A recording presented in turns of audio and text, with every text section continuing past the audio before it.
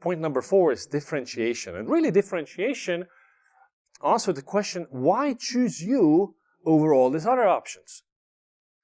People in B2B and also in consumer product markets, they have very limited consideration sets. If I'm shopping for a new marketing automation tool, I'm not looking at every single marketing automation tool out there. I'm not going to G2, oh, here's a list of 450 marketing automation tools, and that's how many there are.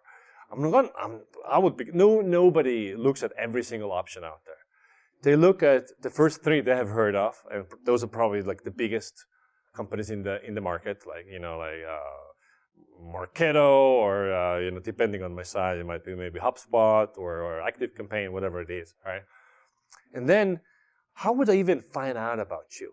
So unless you're top 3 in a category, you've been around, you hold a prominent position in the category, odds are I have heard of you. But so market penetration is most important thing. But if you're like tool number 96 or 14, odds are I have never heard of you.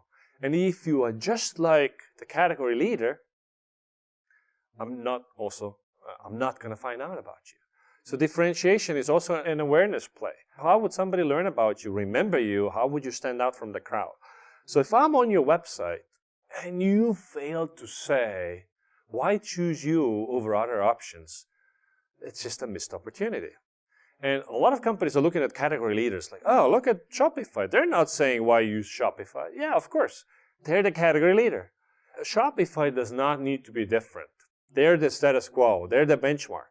Everybody else who's competing with Shopify needs to be different from Shopify. Same goes for, let's say, email marketing. MailChimp is the category leader for email marketing. They don't need to say how they're different. They are the status quo. They are the default. Every other email marketing tool needs to say exactly how they are different than MailChimp. And sometimes companies are like, ooh, we don't want our people to find out about competitors. Believe me, they'll find out. People know how to Google. People ask their friends. Really, if you don't say, why choose you over the other guys, people will make up their own story. But you want to control the narrative. You want to compare yourself with the competition before they do. Because if they go to your competitor's website, maybe they do compare you with them, and they'll say, hey, you suck, and they rule, right? You want to control the narrative. Obviously, you don't want to lie.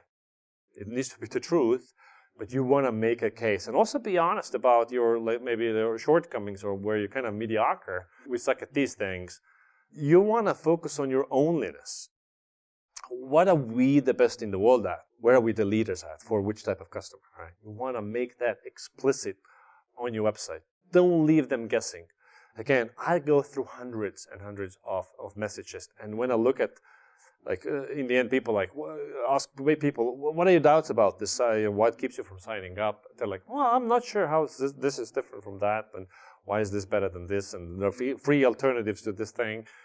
Are aware about the alternatives. You need to be clear why choose you. Make it explicit.